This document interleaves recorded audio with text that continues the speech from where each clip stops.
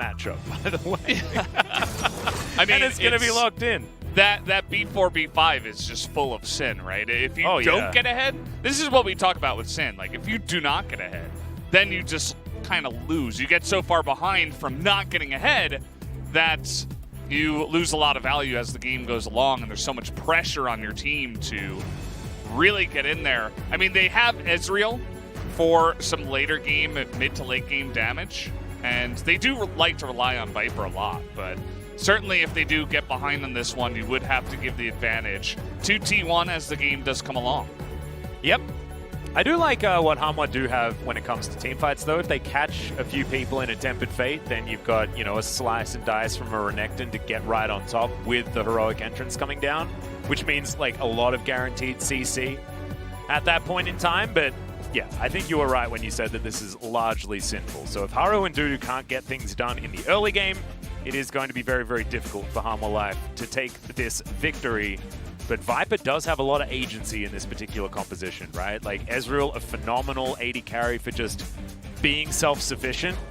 And what we've known from this team is that the bottom lane is on their own, and they have to try and carry. Yeah, it's the 2v8, essentially, the 1v9 sometimes when we just talk about Viper, as Lehens has been a little bit spotty as the team has been losing. We haven't seen too much Quinn. I think it's the second or third pick here in summer, and Kana's going to be pulling it out once again. So we got all the Feather champions coming in alongside of Xayah. We need Rakan, and then we get Azir, and then we'd have so many feathers. Well, Azir got banned, but I was looking for the Xayah Rakan potential there on B2, B3, but they did prioritize the Zoe. What's the bird jungler that could have come in? Anivia jungle, of course. Anivia jungle, obviously. Yeah, sorry, I apologize. Obviously, yeah. Atlas, come on. Sorry, it's early. Okay. Yeah. 5 p.m. Yeah, exactly. Esports. I got up early for this. Oh, Cannons. Going to get discovered here. Spear lands max range. That's an immediate cleanse. And I guess that's why he took the cleanse, guys. Cleanse plus Nimbus Cloak gets him all the way out of there. It doesn't have teleport, remember. This is Quinn. You generally turn into a bird, or ride your bird. Good old Valor. Trying to remember all of the Quinn names for everything. Good luck. Yeah, no, it's a toughie. Just don't get to see her all that often. Yeah, and that was a really cute play, actually, by Hanwha Life. They come in prepared with a Magical Journey gank, specifically targeting the top lane. It goes along with their draft that is specifically targeting the top lane. It's good to see. I mean, Hanwha Life, you know, they were 0-9, and we were like, well, is this team going to show us anything this season? Well, it seems like after that win, they're finally, you know, feeling like they're ready to prepare and actually get some stuff going. So you like to see it. Really like to see that ward as well that I believe Faker put down next to the Raptor camp. Saw everyone on Hanwha Life, so of course was able to get in there. This is a sinful Nidalee as well. Look at that Dark Harvest being picked up. Yeah, I'm looking at the Renekton runes. Yeah, he's going to go press the attack, but I'm not sure how often he's going to be pressing that attack, at least one-on-one. You can, I believe, catch the Vault with your stun if she dives onto you. Big if true. Yeah, I think you can. I think you can, if you buffer it. So it's not as amazing.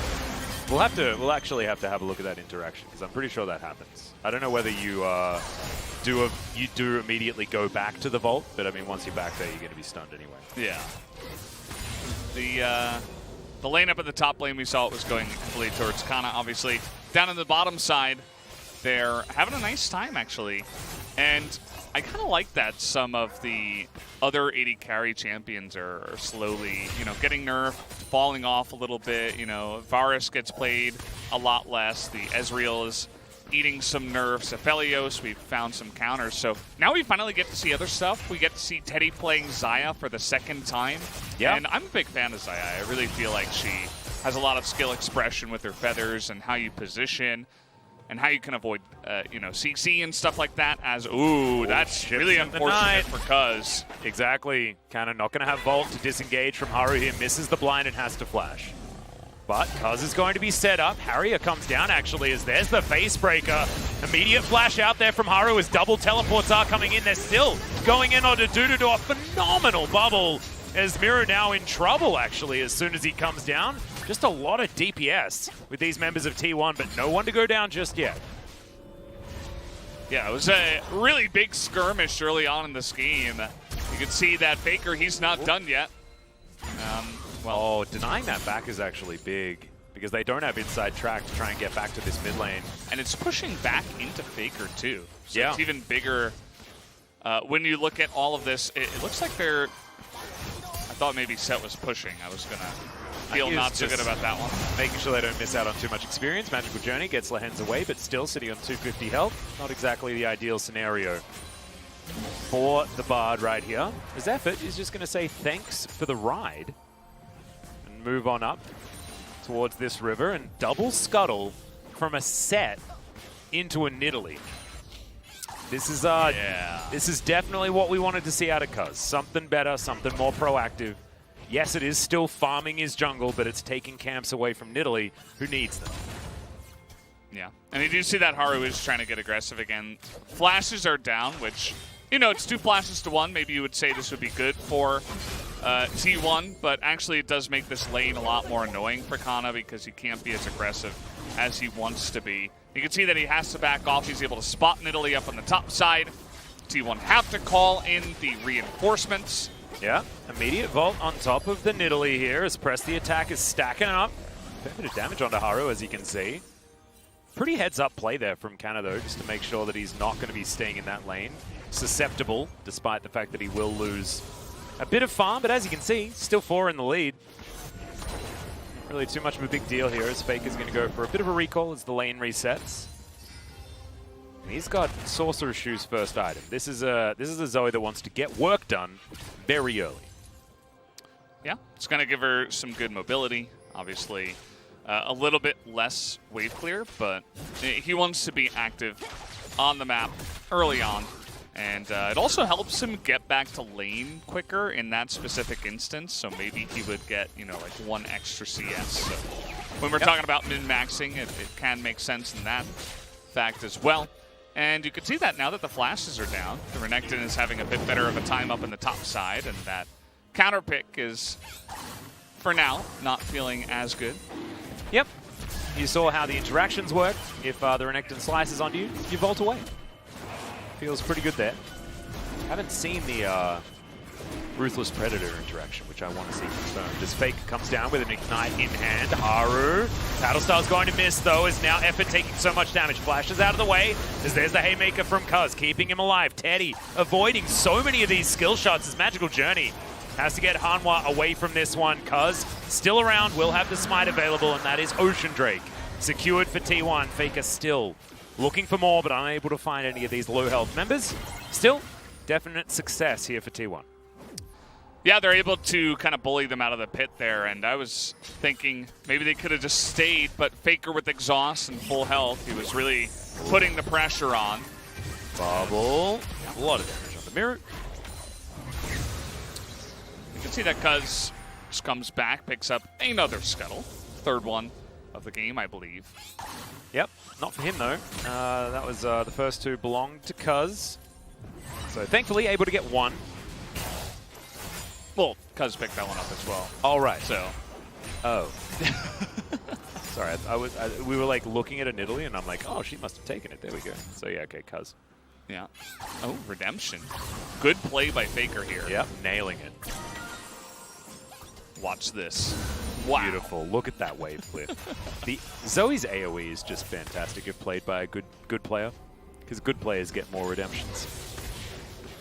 Very true. Yeah. Seems like Faker and BDD somehow are the best at that. Yeah. Chovy and Showmaker are also pretty good. We got some good Zoes here in the LCK. We do. A bit frightening. Dudu. Holding on.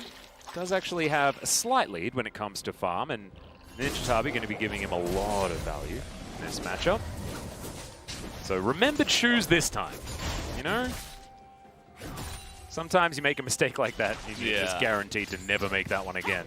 He was on a split pusher, like it was Camille, I think. Yeah, it was. That he was playing, and it's like, well, you're probably going to want that for getting around the map, making sure you're in the right position at the right time.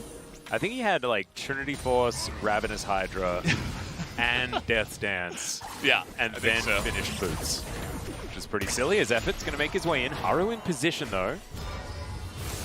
As Mirror be able to find the taunt onto Effort, who just dredge lines away, but does miss half of his health bar. Faker just skipping around. I'm pretty sure that spear just went through the Nautilus, as that's a great Justice Punch. But Faker, of course, picked up a heal, so not in any danger. As Teddy's also rotating up. They really want Shelly right now. Do T1. But Miru does have heroic. Oh no, it's not quite available just yet. Is Haru going to get chunked? This should guarantee the Rift Herald that Cuz has already started. Yeah, and there's no vision around here. I think you should probably just send Teddy back bot right away. But he's going to try to eat this mid-wave. And again, we talk about this trade a lot. You already know that the jungler and that Hanwha Life are not going to be challenging here. And Faker would have been here to pick up this wave anyway. So now Teddy and Faker are sharing XP, sharing CS, when a lot of it is going to waste down here in the bottom lane. And it's going to give a free comeback for Viper, who was behind about 15 CS. He's going to get a bunch of plates, too, down on the bottom side. And the rotation from Teddy is really slow. He's eventually going to get there. But I think that could have been played a bit better from the side of T1. The thing that I'm worried about here, though, is with that Rift Herald, T1 can crash it into the top lane out of turret, give a bunch of plates over to Canna, and allow the potential snowball of Hanwha Life, who really need to, with Renekton and Nidalee, right? Like, you want to be attacking top lane to try and get that snowball working. Like, they're not going to be able to if Canna grabs all of that plate gold and all of that extra map control by taking down the turret. So you can understand the mindset based on comp here for T1, but you're exactly right. It's just a lot of resources going missing. Yeah, and Cuz is going to hold on to that for now. I like how we're seeing more and more Hex Flash. I feel like that rune is really good, actually. Yeah. It feels like a Set and Alistair, like, God rune. Yeah. Like, if you have Leona, pretty good Leona too. as well, yeah, absolutely. All these champions that are just like, I am definitely just going to only go forward, and I'm like a supportive kind of tank champion. Really good on all of those. Would like to see it more, and we are actually here in the LCK, so it's really cool. Yep. Dudu getting a good shove here, but he's going to take a bit of damage from good old press the attack Quinn. We'll miss out on a couple of melee minions. This kind of moves back over and says no. No, Mr. Crocodile. Yeah, he's doing okay, given the matchup, after the way the early game did go, I suppose. So Dudu is farming pretty well. But again, you know, they weren't able to get any kills, really, onto any of the members of T1. So at the end of the day, now, as a whole, your team is behind, and you're left with Renekton and Nidalee going into the late game. It's not going to feel as good as the Quinn set. Wow. It's a fair bit of damage availability here, as Bubble is going to connect. Cuz moves on over towards Lehens, but not going to join him on that journey. Haru, very squishy. It's built a Null Magic Mantle here, so it looks like it's going to be second item Athene's, so it's going to put the potential Rod of Ages really far behind if he is going to forego that option. Yeah, once again, it's like, let's play for Viper. Yeah. Let's give Viper everything that he wants, I suppose. Well, in goes the Galio. That's a great depth charge as Faker's going to flash out of the way of everything right there. Miru, obviously, much bigger brain than we were expecting. Viper, I don't know how he landed that Mystic Shot, but he did. Faker going to have to go back, but does have Teleport with his Unsealed Spellbook. And now Hanwha Life should be able to take away the coveted prize. Oh, yeah. In the cloud. Great. And I remember LS when we were first talking about these changes, as Hanwha Life is going to be able to get out of here. At the beginning of 2020 with the Elemental Drakes, we were talking about, you know, potentially giving up number 2 to get 3 of the Soul Drake, especially when it's Cloud, right? You give one Cloud over, it's like, it's going to be delayed, of course. Yeah. And they are going to get a delayed Infernal Soul if they end up, you know, getting a couple more Drakes. But in this sense, they are able to pick up 3 Infernal Drakes instead of 2 along the way, which obviously is fantastic. I mean, you have Xayah, Zoe, and Quinn up in the top side. So if T1 from here can roll into that, that's going to feel really nice for them. Whoa, this is a lot of damage as Canna hunting after Dudu. He's got a long way to run. Don't want to cancel them autos. Does it a few times, but doesn't have any ability to follow him without using his summoners. Doesn't want to do that. Wants to be able to keep up the pressure here in this lane. Is Dudu going to back in that brush? Could potentially be dangerous, but going to find him. Quinn makes sure that that minion dies. Now going to shove this wave towards the turret. Only managed to get one plate as the Quinn, as Dudu. Dudu. Well, he's got Cleanse Flash, so I don't... And notice kind of the second that Renekton's there, he's like, oh, Nidalee's here. Yeah. I can't be as aggressive as I wanted to. Effort's going for a walk. Bit of a drive. I liked it. Right, sometimes you got to do that, you know? You got to check out what's happening behind the turret. As Canna's going to poke his head out again, and this time probably thinking that Nidalee isn't around because Dudu's playing far more passively. And if T1 like have eyes on the Nidalee, then the bottom lane and this top lane get very, very difficult for Hanwha Life. Because it's only a potential Nidalee that's going to stop Canna from just endlessly harassing Dudu out of this lane. But we still haven't had a first blood in 15 minutes. We're looking to break the record again. We broke it 2 days ago with a 18 minutes, I think 40-second first blood. Not the overall LCK record, of course, but for summer. Yep. We did break that record, and we're only 3 minutes away now to potentially getting there, so I like it. I like that idea. When's the next fight going to happen? Potentially 2.5 minutes. So still definitely on track. As Haru's just going to wander into the mid lane to help get a shove. So again, not much aggression. Dudu went back. He's got Black Cleaver. As Spear going to sail wide. As Cuz will join up with effort. And again, no action whatsoever. Yeah, Cuz spotted on Vision as Viper should be safe. Arcane Shift at the ready. It's a lot of posturing. In the jungle, T1 is looking to see if they can catch anyone out with a dredge line or a bubble on their way. Dudu does not have his TP. He's been heavily focused up in the top side. He's been just TPing back into lane, making sure he's getting that farm. And he's actually ahead of the Quinn, which is pretty incredible. Yeah. Given the matchup. Not really sure how he managed that or how that even happened. But it's all about this Infernal Drake, and it's all about the Infernal Drake even 2 minutes ahead of the spawn. Yeah, so we're just actually, do you know what it is? It's all about LCK records, actually. So I'm just hoping that these players calm down.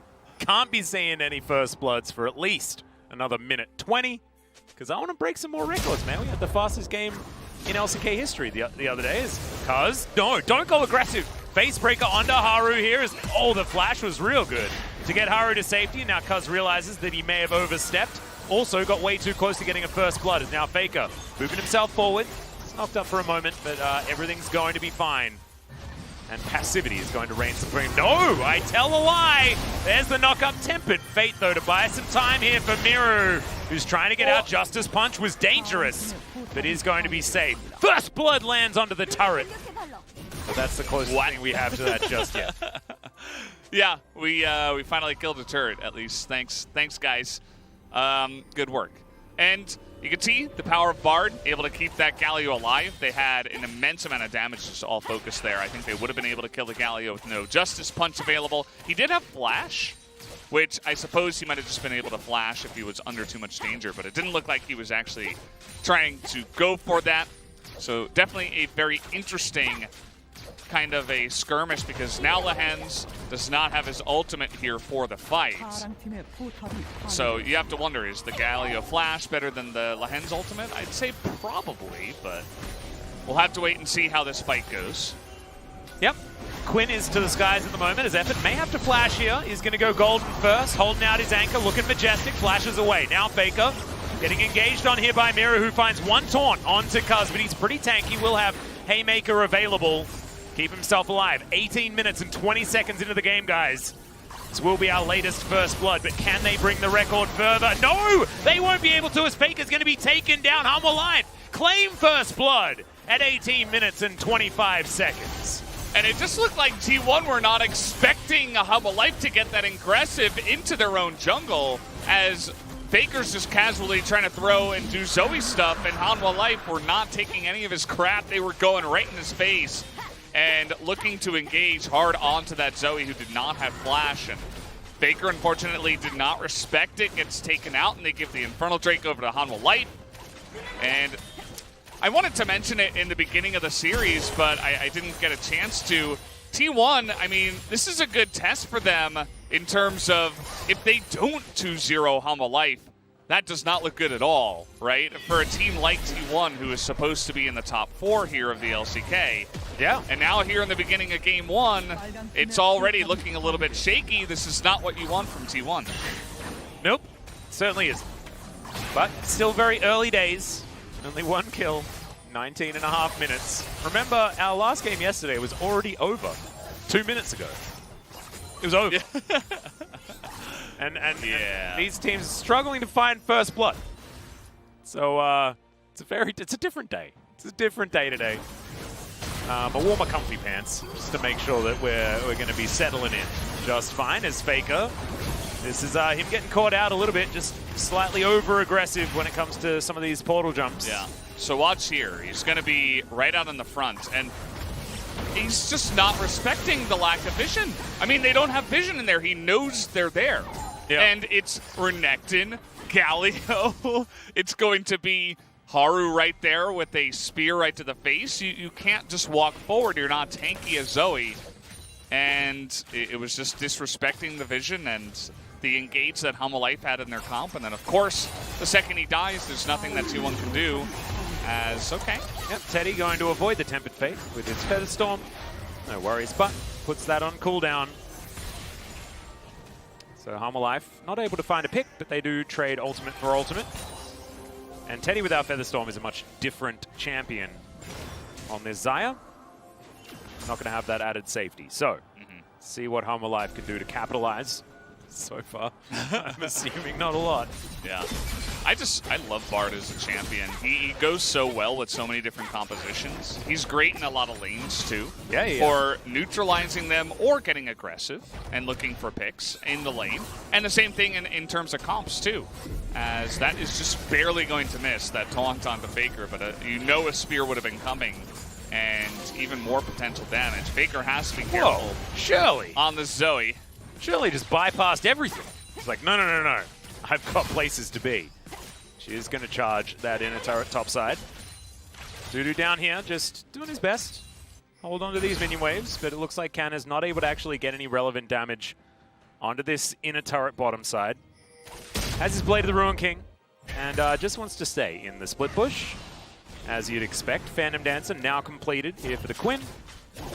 We'll see what Can is going to build next. Not going to need a QSS or anything like that here this game, is, yeah, very frustrating for this Renekton to deal with the Quinn. Yeah. The Renekton's... Okay. We're looking for it, but has to use the flash and the cleanse as that lifeline passive ended immediately. Yeah, I just kind of got my face in my hands here because this is where, okay, this is where Quinn is supposed to be the strongest, right? Renekton, very strong in the beginning with the support of the Nidalee, the 2-on-1, the winning the lane, right? They kind of did put on a lot of pressure, and Renekton got a bunch of items. Well, if at first you don't succeed, as there's the Vault, slice back in, Dudu just kills him. I don't know what is going on here, man. That is just, again, a lack of respect of what the Renekton can do. You're super low. And Renekton can close the distance. They're looking to try to turn it around, though. Yep, Mira going to be in trouble here. Facebreaker comes in. Faker wanting to chase him down. Doesn't find the portal jumpers. Okay. Faker's going to go golden, but Dudu has made his way in. Faker gets out. Cuz may not be so lucky. Haymaker, fair bit of damage. Both of them get inside the Tempered Fate. It's a golden cuddle just to make sure that they survive. Lahen's to the rescue. He's going to take a magical journey, trying to find the stun on Effort. Doesn't get there, though. Can't make the connection. Mira trying to justice punch forward, and Hanwha Life are on the attack. As there's the dredge line onto Mirror, but that may not be the re-engage that you want. T1 Haru dives on in, finds the pounce onto Faker, who makes it underneath this turret. Low health bars as Canna's going to come in to make this a 5 versus 5. But of course, we're not going to have any kills. Too many. Of course not. Nobody dies, only the Quinn dies in the entire fight that lasted from in front of the tier 2 on the bottom side of Hanwha Life to in front of the tier 2 on the T1 side. But at the end of the day, you mentioned Hanwha Life, they were pushing forward, they were winning the fight, and because of that, the timing is so important. It's right here at the Infernal. And I was talking about T1 with their scaling, picking up multiple world rates, but now they gave away the cloud, and they're giving a chance for Hanwha Life to step from this T1. So look towards the Baron. I'm just looking at Teddy, man, and I'm really scared for T1. Yeah, sorry, not Teddy. I'm looking at Viper. Because Viper is about to have his death dance. And it's that setup. It looks like it will be the Baron secured by T1. It's going to be all Mirror. He's still going to try and go in. Not entirely sure why. No, Temper Fake is available, and Mirror's going to survive. Because T1 not killing anyone in this game. It's not what we're about. Maybe this is their new test. Can you win a game without getting a kill? Because they're still on the lead, right? Like, I don't know. 2-0, 25 minutes, less than a kill every 10 minutes. This Coach Kim is just like, focus on the macro. If I see anyone get a kill, I'm going to be extraordinarily upset. No skirmishing, just macro play. And look, they were able to grab that Baron. Definitely good news to see that T1 translate this into some more turrets. Yeah. And, okay, we're going to get a look at the replay. Now, this is where Quinn is supposed to be good, right? But he's so low, and he's like, no, I can stay at a range. I can kite him down. But then the vault comes in, and he I mean, this is basic Renekton I mean, yeah, mechanics, right? He has 2 slice and dices. well, he has one slice and then 1 dice. Yeah. And he gets the dice. So, if you don't have vault for the second one, don't get in range. And because now they're fighting 4v5, as we have another fight here. We'll see whether this is going to be T1's first kill as Lahens actually gets dredge lined into his Tempered Fate. It's not going to actually do anything, as that's the first kill for T1. Coach Kim's not going to be happy, but I assume everybody else is. It's T1 underneath this inner turret bottom side of the map. Will be able to take this one down, and they still are oppressive, and Teddy is terrifying. He almost has his 3 items, I believe, unless the rapid fire cannon has been completed. We'll see whether Viper can take control of this situation. Faker dancing forward where he can. As Canna's in the mid lane, trying to get that split push going. Dudu's basically irrelevant now. Even if he did manage to get that kill onto Canna, it is very hard for him to stand his ground in that lane. As Bubble lands onto Viper, that is not what you want. After a Hanwha Life Band, True Shot Barrage. Fair bit of damage onto Faker, otherwise not too much. Canna getting rid of that inner turret as Faker. Portal jumping forward. What is going on with the mid laner of T1 here today as Thunderstorm comes out? There's the showstopper onto Mirror who goes golden into that backline. He will fall down as now Canna makes his entrance. That's a couple of kills. Dredge line's beautiful from Effort as well. As Lahens goes down and Effort is able to survive. Haru and Viper versus the world here for Hanwha Life, and I don't think it's going to be enough. As Cuz and Teddy going to hold position on the bottom side as Canna gets to work here in mid, and it looks like the war of attrition has been won. That's a fantastic arcane shift from Viper. Get himself out of the way here as the inhibitor's not going to be focused just yet. As Canna is going to find a few autos onto it. Yeah. So, for all of Kanna's mistakes in terms of the death, he's still going to be much more... he's going to be so much more effective as the game comes along, and we're beginning to see that now, finally. So, they're saved by the draft, essentially, here, and the way that Hanwha Life tried to just put all their eggs in the early game basket and didn't get much done. And they're also saved, I feel like, to be honest, by the fact that they're playing Hanwha Life. I mean, how many times is Faker going to say, yeah, I'm Zoe, I'm really fast. I can just run in the face of Galio, Renekton, Bard. Like, you can't keep doing this, Faker. I'm sorry. Yeah, got to be really careful, as you're going to see he's really low. And what? He gets a bubble onto Haru. Yeah, but it's like you're going to get insta-stunned, insta-taunted. It's just, I don't know really what the idea is behind it. It seems like overconfidence to me.